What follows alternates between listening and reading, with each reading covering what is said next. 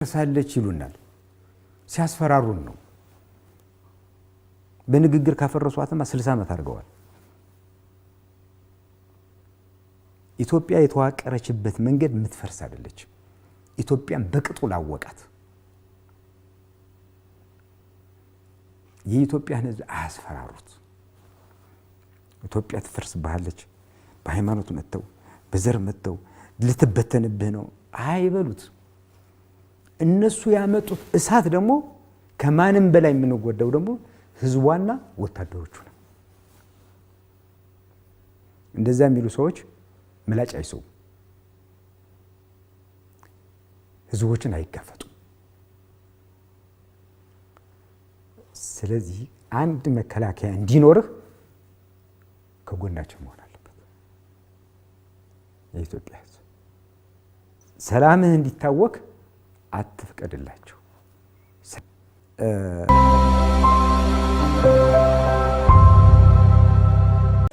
በዘጠኝ ወር ውስጥ እናት ጸንሳ ልጅ ትወልዳለች። እኛ ሱቆችን ገንብተን ቁልፎን እናስረክቦታለን። ለዚያውም በካሳንቺስ ከ2.3 ሚሊዮን ብር ሙሉ ክፍያ ጀምረን ለአከፋፈል እንዳይከብዶት 50% ሱቁን ከተረከቡ በኋላ በ3 ዓመት ውስጥ እየነገዱ አሊያም እያከራዩ ያለ ወለድ የሚከፍሉበትን ከዝቅተኛ 10 ካሬ አንስቶ እስከ 1000 ካሬ በልዩነት የቀረበ ለአዲስ ዓመት ባወጣነው ቅናሽ ተጠቅመው በከተማችን ምርት በሆኑ ቦታዎች ላይ ሱቆን የግሉ ያድርጉ።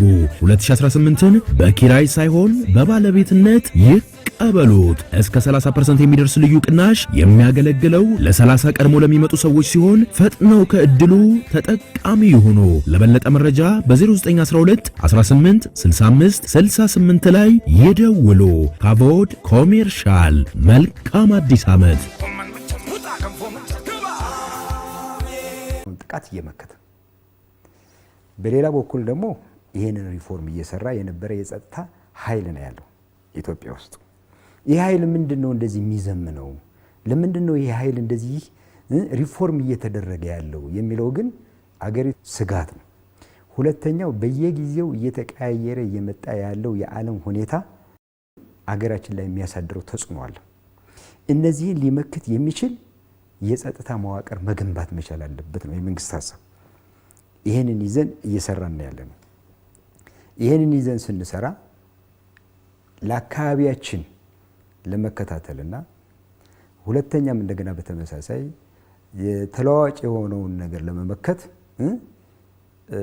የራሳችን የቤት ደግሞ ማጽዳት አለብን። የሀገራችን የቤት ጽዳት መስራት መቻል አለብን። የሀገራችን የቤት ጽዳት ምንድነው ካልን ደግሞ ሁለት ናቸው እነሱ። አንደኛ የህዝቦቹን ሰላም ማረጋገጥ ነው። ሁለተኛ የሀገሪቷን ልማት በሰላም እንዲሄድ ማድረግ ነው። ሰላም ስንል ህዝቦች በስነ ስርዓት ቤታቸው ወጥተው የሚገቡበት አገር ማድረግ አለብን። ልማት ስንል ደግሞ ልማቱ ያለምንም የጸጥታ እንቅፋት እንዲሄድ ማድረግ አለብን። ይሄንን ስራ እያከናወነን ያለ ነው። በዚህ ስራ ላይ ከፍተኛ የሆነ እንቅፋቶች አሉ። እንቅፋቶቹን ነው እያስወገድን ያለ ነው። እንቅፋቶቹ ምንድናቸው ከተባሉ አንደኛው ዘርን ተደብቆ የሚመጣ የሀገሪቷን ህግ መጣስ ነው። ሁለተኛው በዘር ተደብቆ የሚመጣ የታጠቀ ኃይል ነው። ሶስተኛ በዘር ተደብቆ የሚመጣ ሃይማኖት ነው። አራተኛ በዘር ተደብቆ የሚመጣ ስርቆት ነው። እነዚህ መጽዳት አለባቸው። እነዚህን ለማጽዳት የግድ አገሪቷ ከነበረችበት ችግር አንፃር ደረጃ መስጠት ነበረብን። ደረጃ መስጠት ስለነበረብን ወደ ትልቁ እንቅፋት ወደ ሆነው ወደ ሰሜኑ ጦርነት ነው ኃይላችን ያዞር ነው። የሰሜኑ ጦርነት ምንድነው? ልክ ማስያዝ ነው። ልክ ማለት ምን ማለት ነው? አገር ማንም ሊገነጥላት እንደማይችል፣ ጠቅላይ ግዛቷን ይዛ መቀጠል እንደምትችል፣ አገር የተመረጠ ህዝብ ስላለ መንግስት ስላለ ያ የተመረጠ መንግስት መቀጠል ስላለበት በጉልበት መገልበጥ ስለሌለበት አገር አንደኛውን ህዝብ አኮሰሰ አንደኛውን ህዝብ ከፍ ማድረግ እንደማይቻል፣ ሁሉም በልኩ መኖር እንደሚችል፣ አገሩ ለሁሉም እንደሚበቃ ዋጋ ከፍለናል። ይሄ ደግሞ አሁን በቦታው ልክ ይዟል ብለን እናስባለን። ይሄ ልክ ከያዘ ኃይላችን ደግሞ ወደ መሀል ሀገር ማምጣት ነበረብን። ኃይላችንን ወደ መሀል ሀገር አምጥተናል። ኃይላችንን ወደ መሀል ሀገር ስናመጣ ልክ ያልሆነ ቦታ አለ። እሱን ደግሞ ልክ ማስያዝ አለብን። ያ ልኬታው ደግሞ ምንድነው? የታጠቀ ኃይል ኢትዮጵያ ውስጥ አይሰራም። የታጠቀ ኃይል የኢትዮጵያ ህግ የሚፈቅደው መከላከያና የብሔራዊ ደህንነቱ ነው። ሪፈራንሳችን ህገ መንግስት ነው። አንድን መንግስት ማውረድም ማውጣትም የሚቻለው በህዝቦች ተቀባይነት ያለው ብቻ ነው። ያገው ሸንጎ አማራ አካባቢ ላይ የነበረው ቅማንት በንግግር እየፈታን ያለን መተው በሰላም ክልላቸው ጋር መስራት ስላለባቸው። ሁለተኛ ቤንሻንጉል ላይ የነበረው ጋምቤላ ጋር የነበረው የታጠቁ ኃይሎች እነዚህም በሰላም መነጋገር ስላለባቸው ትጥቅ እንደማያዋጣ ሞክሮቱም ስላልቻሉ፣ ስለዚህ እነዚህንም ወደ ሰላም እያመጣን ያለን። ኦሮሚያ ጋር አካባቢ ላይ ያለውን ሸኔ ጋር ደግሞ ንግግር እየተጀመረ ነው። መምጣት አለበት። መጥቶ አገሩ ላይ የራሱን ነገር መስራት አለበት። በጉልበት ግን በፍጹም አያዋጣህም። አሁን ኃይላችን በፍጹም ይሄንን ከባቢ ላይ ልክ እናስገባለን። ይሄንን አድርገን መጨረሻ ላይ የሀገራችን ሰላም እናረጋግጣለን። የሀገራችን ሰላም ካረጋገጥን ልማቱ በሚፈለገው ፍጥነት በሚፈለገው ጊዜ ይሄዳል። ሪፎርሙ የመጨረሻ ውጤቱ ሂዶ የህዝቦችን ደህንነትና የሀገር ሉዓላዊነትን ጠብቆ መሄድ አለበት። የሀገሮችን ሰላም ማለት የህዝቦችን ሰላም ደህንነት ማለት ነው። የሀገር ሉዓላዊነት ማለት ደግሞ ማንም እየተነሳ የሚጨፍርበት አገር ሊሆን አይችልም፣ ከውስጥም ከውጭ። ስለዚህ መጠበቅ አለበት። ይህንን ማሳየት መቻል አለበት ነው። ሪፎርማችን በተሳካ መንገድ እየሄደ ነው ያለው። በጣም ትልቅ ኃይል ነው እየሆነ ያለ ነው። ምንም ጥያቄ የለው። ይሄ ትልቅ ኃይል የምንለው ደግሞ ማንንም ለማስፈራራት አይደለም፣ አገራችን ለመጠበቅ ነው። ይህን ደግሞ እያደረግነው ያለነው እናደርገዋለን። ኢትዮጵያ ከጸጥታ ስጋት አኳያ አሁናዊ የሆነ ፈተናዎቿ ምንድን ናቸው? እንዴትስ ነው የሚገለጹት?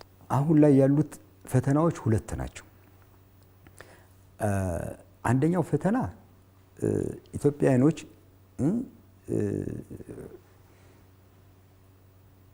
ለሁላችን የሚበቃ ትልቅ አገር እንዳለን ግልጽ ነው። ተከባብረን መኖር እንችላለን። አንዱ ከዘር የሚመጣ ዘርን መነሻ አድርጎ በጉልበት ስልጣን ይይዛለሁ፣ መንገድ በመዝጋት ስልጣን ይይዛለሁ፣ ህዝብን በማሳመጽ ስልጣን ይይዛለሁ። ይሄ በፍጹም ኢትዮጵያ ውስጥ አይፈቀድም። ኢትዮጵያ ውስጥ የሚፈቀደው አንድና አንድ ብቻ ነው፣ ስልጣን ለመያዝ።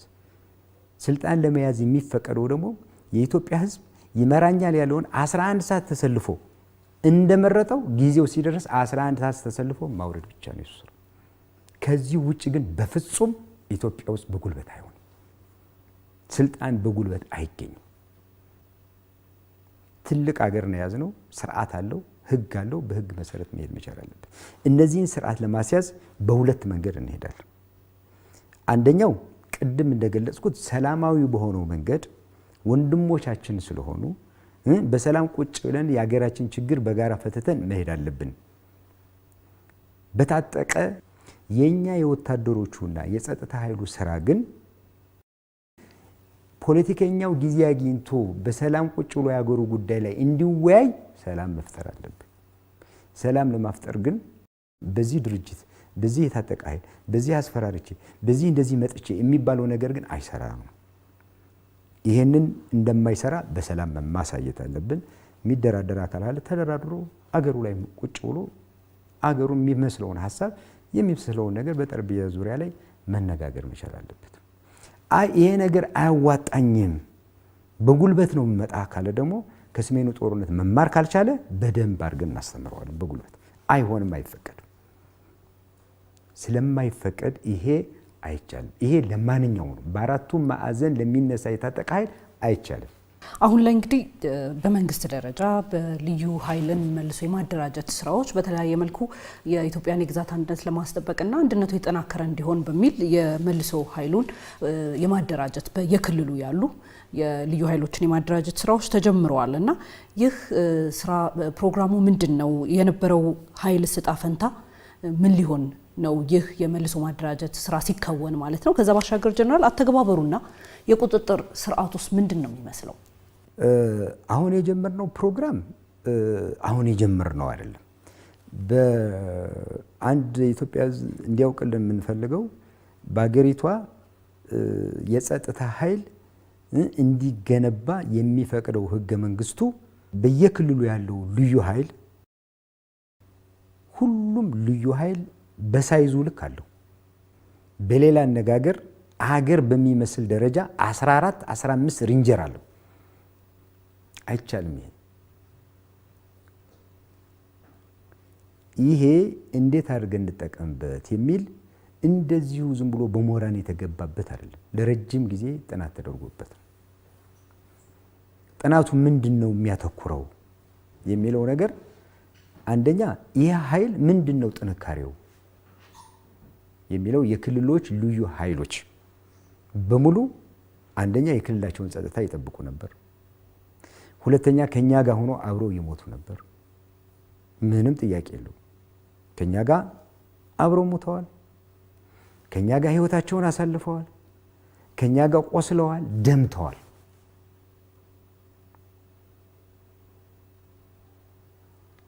ይህ ኃይል ይሄን የመሰለ ትልቅ ኳሊቲ ያለው ግን ይሄን በሙሉ ግን እኛ ነን እየመራናቸው ያለነው። መከላከያ ነው የሚያስተባብራቸው የሚመራቸው። በክልል ጸጥታ ኃይልም አገር በሚጠይቀው ሰላም ኃይልም ይሄን የሚያሉ ይሄን ኃይል መልክ ለማስያዝ ጥንካሬያቸው ይሄ ነው። ግን ደግሞ አወቃቀሩ ደግሞ ጉለት አለው። አሁን ሁለት ነገር መለየት መቻል አለብን። የልዩ ኃይሉን ጥንካሬ መስዋዕትነትና ልፋት ሌላ ነው። ሁለተኛ ደግሞ እጥረቶች አሉ። እንደ ሀገር ህገ መንግስቱ እውቅና ይሰጣቸው ለክልል ኃይል የሚሰጠው መደበኛ ፖሊስን ብቻ ነው። ህገ መንግስቱ የታጠቀን ኃይል የሚሰጠው አንደኛ መከላከያ፣ ሁለተኛ ፌደራል ፖሊስ፣ ሶስተኛ ደግሞ መደበኛ ፖሊስ። ከዚህ ውጭ ህገ መንግስቱ አይልም። ይህ ኃይል ህጋዊ አይደለም ማለት ነው አወቃቀሩ አንድ።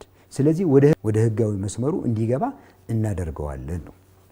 በሌላ አነጋገር ኢትዮጵያ 14 ሬንጀር አይቻልም። 2 ሬንጀር ነው የሚፈቀደው። አይደለም ለህዝቡ ለኛ ለወታደሮች መለየት አቅቶናል ሬንጀሩ። ይሄ አይቻልም። አንዱ ጥናቱ የሚያጠነጥነው ነገር ህጋዊ መስመር ማስያዝ እንዳለብን። ሁለተኛ ይህ ኃይል አገነባቡ ብሔር ተኮር ነው። ምን ማለት ነው ብሔር ተኮር? ብሔር ተኮር ማለት ደግሞ ለኦሮሞ ህዝብ ሞታለሁ ብሎ ቃል ይገባል። አማራውስ ጉዳዩ አይደለም ማለት ነው። በግልጽ አማርኛ ጉዳዩ አይደለም። አማራው ደግሞ ይመጣና ለአማራ ህዝብ ሞታለሁ ይላል። ኦሮሞውስ ጉዳዩ አይደለም። ብሔር ተኮር ስለሆነ አገር አቀፍ የሆነውን አብሮነት የመኖር የህዝቦችን አንድነት ይሸረሽራል። አንደኛ ብሔር ተኮር መሆኑ እጥረት አለበት ማለት ነው። ሶስተኛው ነገር ደግሞ በዚህ ኃይል ላይ የሀገሪቷን የፖለቲካ መፍቻ መንገድ አበላሽቷል። የፖለቲከኛው መፍቻ መንገድ ያበላሸው በምንድን ነው? በየትም ሀገር በእኛ ህገ መንግስት ፖለቲካና ጉልበት አብሮ አይሄዱም። በእኛ ሀገር ፖለቲካና ጉልበትን የሰጠው ህገ መንግስቱ በህዝብ ለተመረጠ ብቻ ነው።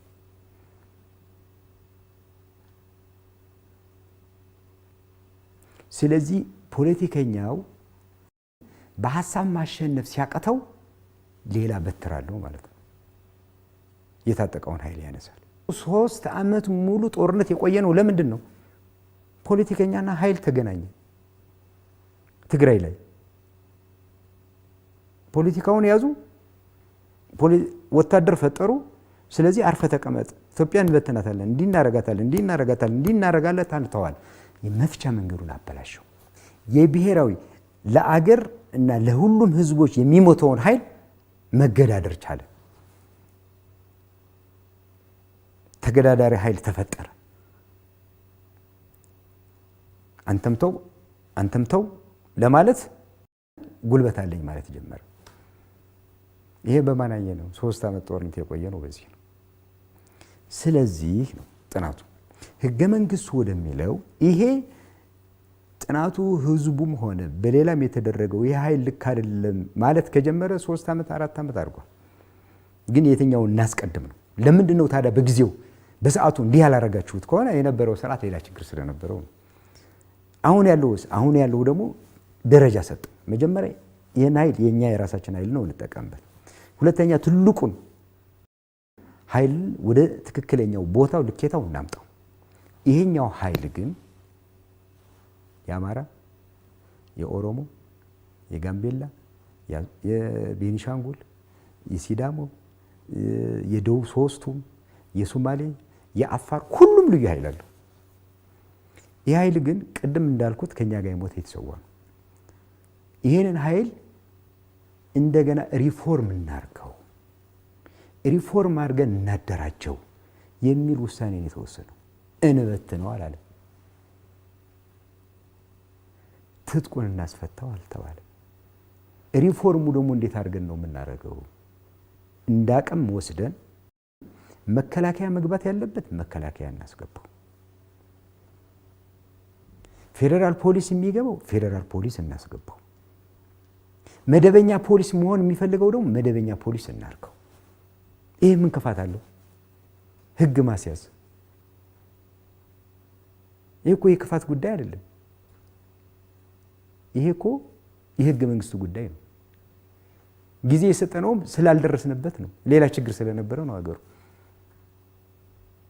ይሄንን ኃይል ተጠቅመን ወደ ህጋዊ መስመር እናስገባው። ስለዚህ ፕሮግራሙ ወደ መከላከያ ማስገባት፣ ወደ ፌደራል ፖሊስ ማስገባት፣ ወደ መደበኛ ፖሊስ ማስገባት። በማን? በራሱ ምርጫ። በምን? ክብሩን በማይነካ፣ በምን? ሞራኑን በማይነካ፣ በምን? ጥቅሙን በማይነካ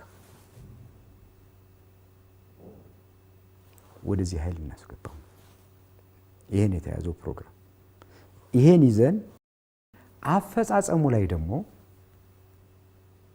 እኩል እናደራጀዋለን። ይሄንን ወደዚህ ከመሄዳችን በፊት አፈጻጸሙ ላይ ምንድነው የተደረገው? ይሄ ጥናት ለሚወስነው አካል ነው የቀረበው። የሀገሪቷን የጸጥታ ኃይል እንዳቅም ለመጠቀም የክልሎቹን ልዩ ኃይል እንዳገል ለመጠቀም ይሄ ጥንካሬ አለው፣ ይሄ ደግሞ እጥረት አለው። ጥንካሬውንና እጥረት የምንለውን ደግሞ ሪፈራንሳችን ህገ መንግስቱ ነው። ጥናታችን መነሻ የሚያደርገው ደግሞ የሌሎች ሀገሮች ልምድ ነው።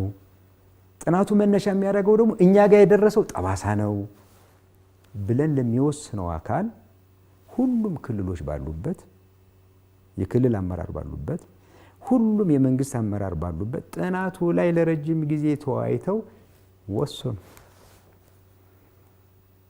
ይህንን ጥናት ሊያስፈጽም የሚችል አንድ ብሔራዊ ኮሚቴ መቋቋም አለበት አሉ። ያ ብሔራዊ ኮሚቴ ከመከላከያ፣ ከብሔራዊ ደህንነት፣ ከፌዴራል ፖሊስ፣ ከህግ፣ ከፖለቲከኞቹ ሆኖ ተቋቋመ። የተቋቋመበት ዋነኛ ምክንያት ምንድነው? አፈጻጸሙ ላይ ጉለት እንዳይኖረው ነው። በጥንቃቄ እንዲሰራ ነው። አቅም እንዲሆን። ይሄን አድርገን ነው እየሰራን ያለነው። ይሄ በየትኛው መንገድ ለኛ ለወታደሮቹ ደስተኞች ነን፣ ለህዝቡ ደግሞ የበለጠ ደስተኛ ነው። ብሔርን የማያይ ዘርን የማይመርጥ ኢትዮጵያዊ የሆነ የጸጥታ መዋቅር መገንባቱ ከማንም በላይ ደህንነቱን የሚጠብቅለት ኃይል መኖሩ ከማንም በላይ ህዝቡ ይፈልገዋል። እኛም በየመንደሩ በየክልሉ ለሚደራጀው ኃይል ጋር ፖለቲከኛው ባመፀ ቁጥር ከሱ ጋር መጋጨት ሰለቸን። እኛ መዋጋት ያለብን ከኢትዮጵያ ውጭ ላለው ነው። ስለዚህ ይሄ ነገር አፈጻጸሙ ላይ ጥናት ቀርቦበት መንግስት ወስኖ ኮሚቴ ተቋቁሞ እኩል በጋራ ነው እየተፈጸመ ያለው። እዚህ ላይ 3 ነገሮች አሉ መጠቀቅ ያለብን። አንደኛ ትጥቅ ይፈታል። ለማን ነው?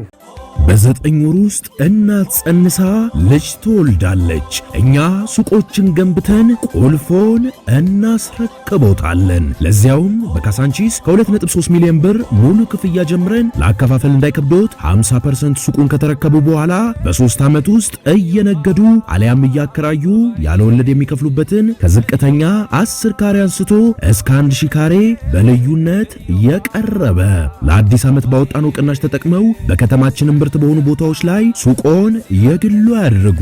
2018ን በኪራይ ሳይሆን በባለቤትነት ይቀበሉት። እስከ 30% የሚደርስ ልዩ ቅናሽ የሚያገለግለው ለ30 ቀድሞ ለሚመጡ ሰዎች ሲሆን ፈጥነው ከእድሉ ተጠቃሚ ይሁኑ።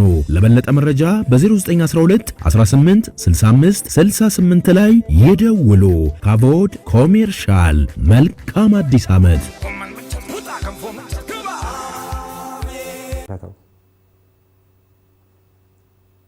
ሁለተኛ ማን ፍታለው? ከየት መጣ? ለምን እንደመጣው አላብራራዋለሁ። ያለው የለም። እንዲያውም ሌላ ትጥቅ እንሰጠዋለን። አሁን እኮ ከካላሽን የተሻለ ብረት ታጠቅ ነው እያልን ያለ ነው እንጂ ትጥቁን ይፍታ አይደለም እያልን ያለ ነው። ከኛ ጋር ነው የሞተውና ወደ ህጋዊ መስመር እናስገባው ነው እንጂ እንበትነው አላልንም። አንዱ ይሄ ነው። ሁለተኛ አንደኛውን ክልል ኃይል እንዲኖረው ሌላውን ክልል ግን ኃይል እንዳይኖረው ግን አናደርግም። ይህ ኢትዮጵያ ውስጥ አይታሰብም። ክልሎች ሊይዙት የሚችሉት የጸጥታ ኃይል አንድ ብቻ ነው። እሱም መደበኛ ፖሊስ። ከዚህ ውስጥ አይይዝም። መደበኛ ፖሊስ ምን ማለት ነው? አድማ በታ ያለው መደበኛ ፖሊስ አለው። ከዚህ ውጭ አይፈቀድለትም። ህጉም አይፈቅድም ነው። ሌላው ኃይል ግን ወደ ትክክለኛው የጸጥታ ኃይል መግባት መቻል አለበት። አፈጻጸሙ እኩል ነው እያደረግን ያለነው። አንደኛውን አሳብጠን አንደኛውን የምናደርገው አይደለም። የከተማ ቀልደኛ የሚያወራው ወሬ ነው። ለኛ ይህ አይሰራም። ትልቅ ኃላፊነት ያለብን ሰዎች ነን። ሁለተኛ ኢትዮጵያን እኩል የምናይ ነን። ኢትዮጵያን የምንጠብቅ ነን። ስለዚህ አንደኛውን አሳብጠን አንደኛውን የምናደርግበት ነገር የለም። ሶስተኛው ፕሮግራም ደግሞ የታጠቁ ኃይሎች መፍታት አለባቸው። ለምሳሌ የትግራይ ክልል እንደ ማንኛውም ክልል መደበኛ ፖሊስ ብቻ ነው የሚኖረው። የታጠቀ ልዩ ኃይል የሚባል በፍጹም አይኖረውም። የኮ 3 ዓመት እኮ ታገልን። በሰላም ስምምነቱና ማዕቀፉ መሰረት ደግሞ እየሄደ ነው ያለው። ከባድ መሳሪያ እየተቀበልን ነው። ሌላውን ትጥቅ ደግሞ ይፈታል። ሲደመር በህገ መንግስቱ የጸጥታ ኃይል መከላከያ፣ ፌዴራል ፖሊስ ይኖራል። በክልሎች መደበኛ ፖሊስ ይኖራል። እንደገና ሲደመር 3 ሬንጀር ያያል የኢትዮጵያ ህዝብ፣ 30 ሬንጀር ያያል። ይሄ ነው እውነቱ። ስለዚህ ፕሮግራማችን መሰረት ደግሞ አፈጻጸሙ ላይ በሁሉም ክልል በሚባል ደረጃ ይሄንን ውይይት በየደረጃው ያለው አመራር ተወያይቶበታል፣ ተቀብሎታል፣ ደስተኛም ነው። በአንዳንድ የአማራ ከባቢና ዩኒቶች ካልሆነ በስተቀር አማራ ልዩ ኃይል የሚባለው አብዛኛው ተቀብሎታል። ይሄ ደግሞ በኮሚኒኬሽን ያለ ችግር ነው። ይሄን የኮሚኒኬሽን ችግር እየፈታ ነው ያለው። አፈጻጸሙ ላይ የታየው ጉለት ይሄ ነው። እንዲህ አይነት ነገር ሊኖር እንደሚችል ደግሞ ኤክስፔክት እናደርጋለን። አስበንም ነው የገባነው። ከዛ ውጭ ግን ባወጣነው ፕሮግራም መሰረት በአጭር ጊዜ ይሄን ኃይል ወደምንለው ፕሮግራም እናስገባዋለን። ሁሉንም እኩል አድርገን ማለት ነው። ፕሮግራሙ ይሄ ነው። ወደፊት በሀገሪቱ ያሉ የጸጥታ ስጋቶች ተፈተው ዘላቂ የሆነ ሰላምና መረጋጋት እንዲፈጠር ምንድን ነው የሚጠበቅ ይላሉ? አሁን እዚህ ላይ በደንብ የኢትዮጵያ ሕዝብም ሌላውም ኃይል ልገልጸው የምፈልገው ነገር ምንድን ነው? አሁን ያለችበት የኢትዮጵያ ምንም ጥያቄ የለው። ክፋቱ ምንድን ነው? ሁለት ነው። አንደኛው በጉልበት ኢትዮጵያ ውስጥ ስልጣን መያዝ አይቻልም። እባካችሁ ወንድሞቼ ከሰሜኑ ጦርነት ተማሩ ነው ማለት አይቻልም። ኢትዮጵያ ውስጥ የሚፈቀደው በህግ ብቻ ነው። እሱም ህገ መንግስቱ ነው። የስልጣን ባለቤት የሚያደርገው ደግሞ ህዝቡ ነው። ይሄ ታጥቄ አድማ በትኜ መንገድ በትኜ ስልጣን እቀይራለሁ የሚባል ነገር በፍጹም አይታሰብም። አንደኛው ያለው ችግር ይሄ ነው። ሁለተኛው ደግሞ ቅድም ያልኩሽ ነው። የዘር ካባ ይለብስና የሱን ያጥንት ፖለቲካ ወደዛ ይወርውር። በዘር ካባ መጥቶ መንገድ ኮልኩሎ ህዝብን አሳምጾ ወጣቱን አሳምጾ እንደዛ አድርጎ የሚባል ነገር የለም። እነዚህን ደግሞ እንከላከላለን። ይሄንን ኃይል ይሄንን የከባቢያችን አትጠራጠሩ መልክ እናስይዘዋለን። ኦሮሚያ ጋር የሚንቀሳቀስ ሸኔ ያለ፣ በምዕራብ አካባቢ ደግሞ የተወሰነ የሚንቀሳቀስ ኃይል አለ። ይሄን ኃይል ቅድም ባልኩት መንገድ ከቻለ በሰላም ይምጣና ይደራደር፣ ካልቻለ ግን እናጠፋዋለን። አይታሰብም። ይሄ እናጸዳዋለን። እንደሚጸዳ አውቆ ከመንግስት ጋር ከክልል መንግስት ጋር ቢደራደር ነው የሚሻለው። ትጥቁን ፈቶ በሰላም ቢቀጥል ነው የሚሻለው። ይሄ ምንም ጥያቄ የለውም። የሀገራችንን ሰላም እናረጋጋዋለን። ህዝቦችን በሰላም ገብቶ የሚወጡበት እናረጋለን። መንገድ የሚዘጋበት ህዝብ አናረገው። አብሮነቱን ይዘን እናስቀጥላለን። የአብሮነቱ ነቀርሳ የሆኑትን እየለቀምን እንጠርጋለን። ከዛ በኋላ ትልቁ ጠላታችን ጋር እንሰለፋለን። ትልቁ ጠላታችን ደግሞ ከኢትዮጵያ ውጭ የሚመጣው ነው። ለዛ ደግሞ ራሳችን እናዘጋጃለን። ስለዚህ ይሄ እንደሆነ መታሰብ አለበት። እዚህ ላይ ግን እኔም የኔና የኔ ጓደኞች የማይገባን ነገር አለ። ኢትዮጵያ ትፈርሳለች ይሉናል። ሲያስፈራሩን ነው። በንግግር ካፈረሷትማ 60 ዓመት አድርገዋል። ኢትዮጵያ የተዋቀረችበት መንገድ የምትፈርስ አይደለች። ኢትዮጵያን በቅጡ ላወቃት የኢትዮጵያን ህዝብ አያስፈራሩት። ኢትዮጵያ ትፈርስብሃለች፣ በሃይማኖት መተው በዘር መተው ልትበተንብህ ነው አይበሉት። እነሱ ያመጡት እሳት ደግሞ ከማንም በላይ የምንጎዳው ደግሞ ህዝቧና ወታደሮቹ ነው። እንደዛ የሚሉ ሰዎች ምላጭ አይሰው፣ ህዝቦችን አይጋፈጡ። ስለዚህ አንድ መከላከያ እንዲኖርህ ከጎናቸው መሆን አለበት። የኢትዮጵያ ህዝብ ሰላምህ እንዲታወክ አትፍቀድላቸው። ሁለተኛው መልእክት ለጽንፈኞቹ ነው።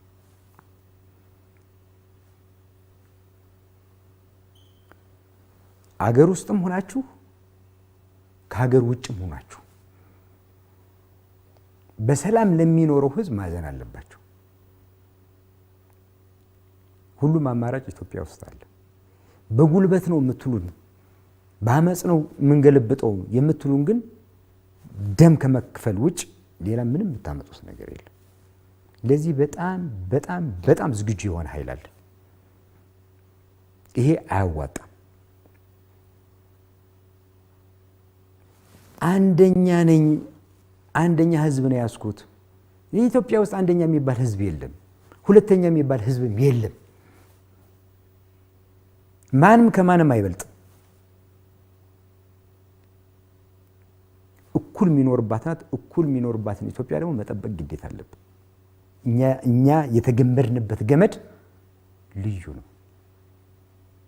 እኛ የተገመድንበት አገማመድ በቅጡ ወቀው። ይሄ በጉልበት የሚባል ነገር እንደማይሰራ ግልጽ መሆን አለበት። ሶስተኛው ፖለቲከኛው ኃይል ነው። እናንተ ሙያ ጋር አልገባንም ስለማይመለከተን እኛ ላይ ግን አትግቡ። እኛ ላይ መግባት የሚፈቀድላችሁ ህዝብ ሲመርጣችሁ ብቻ ነው። ህዝብ ካልመረጣችሁ እኛ ጋር አትግቡብን። የእናንተ ሙያ ላይ እንዳልገባ ነው ሁሉ እኛ ሙያ ላይ አትግቡ። ይሄ ትልቅ ባውንደሪ ነው። ከቻላችሁ ህዝቦች አብረው እንዲኖሩ ፖለቲካውን ቀይሩት። እኔ ነኝ አንደኛ የሚለው ፖለቲካ ኢትዮጵያ ውስጥ እንደማይሰራ ይገባችሁ። በጉልበት ኢትዮጵያ ውስጥ ስልጣን መያዝ እንደማይቻል ከትናንትናው ጦርነት ይገባችሁ። የኢትዮጵያን አብሮነት አትሸርሽሩት። ግን ይሄ እናንተ ጉዳይ። የእናንተን ያጥንት አብዮት መከላከያ ውስጥ የጸጥታ ኃይሉ አታምጡት። ስለዚህ እንደ ሀገር ተከባብረን በየሙያችን ነው መስራት ያለብን። የኢትዮጵያ መከላከያ ሰራዊትና የብሔራዊ ደህንነት ፌዴራል ፖሊስ የጀመርነው ሪፎርም አጠናክረን እንቀጥላለን። አሁን ያለውን ነገር በየደረጃችን እናውቀዋለን። ሁሉንም ችግሮች ዋጋ እየከፈልን እየደማን እየሞትን ትቀጥላለች ኢትዮጵያ። ስለዚህ ይሄ እንደሆነ ተረድቶ መላው የክልሎች የጸጥታ ኃይል በጀመርነው ፕሮግራም ተስማምተን በሄንበት እየተስማማን በሰራነው መንገድ በፕሮግራማችን መሰረት እንድንሄድ ከጎናችን ነው።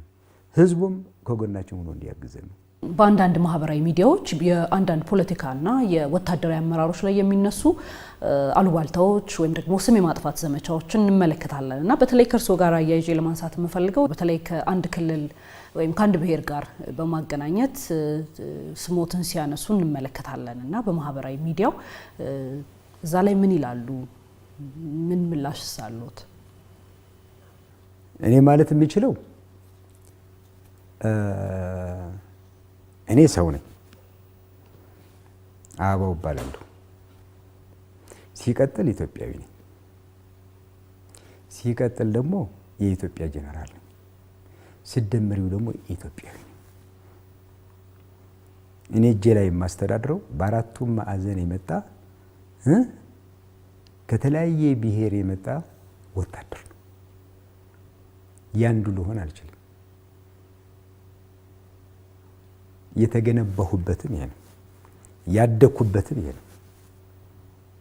ስለዚህ እኔ ጋር በግሌ የሚመጣ ነገር ምንም አያስጨንቀኝም። አንደኛ አልሰማውም። ይሄ አይሆንም። ኢትዮጵያ ውስጥ ያለውን መከላከያ፣ ኢትዮጵያ ውስጥ ያለውን ጀነራል፣ ኢትዮጵያ ውስጥ ያለውን ኦፊሰር በዘር አሳምነሽ ጎተሽ ልትወስጂው አትችይም። ከወሰድሽውም የመንደር ጀነራል ነው የሚሆነው። የኢትዮጵያ ጀነራል ሊሆን አይችልም። እኛ ደግሞ ክብራችን እንፈልገዋል የኢትዮጵያ ጀነራል ስንባል እንጂ የአንድ መንደር ጀነራል እንድንባል ግን አንፈልግም። ለዛ ማለትም እየሞት ነው ያለን። እንደውም እንወጣለን ከቻልን ችሎታው ካለ ድንበር ዘለል ጀነራል እንሆን ነው የምፈልገው ኢትዮጵያን ወክለ። ጀነራል በመጨረሻ ማንሳት የሚፈልጉት ቀረ የሚሉ መልእክት ካሉት እድሉን ልስጥ። እኔ መጨረሻ የምለው ለህዝቡ ነው። ይሄ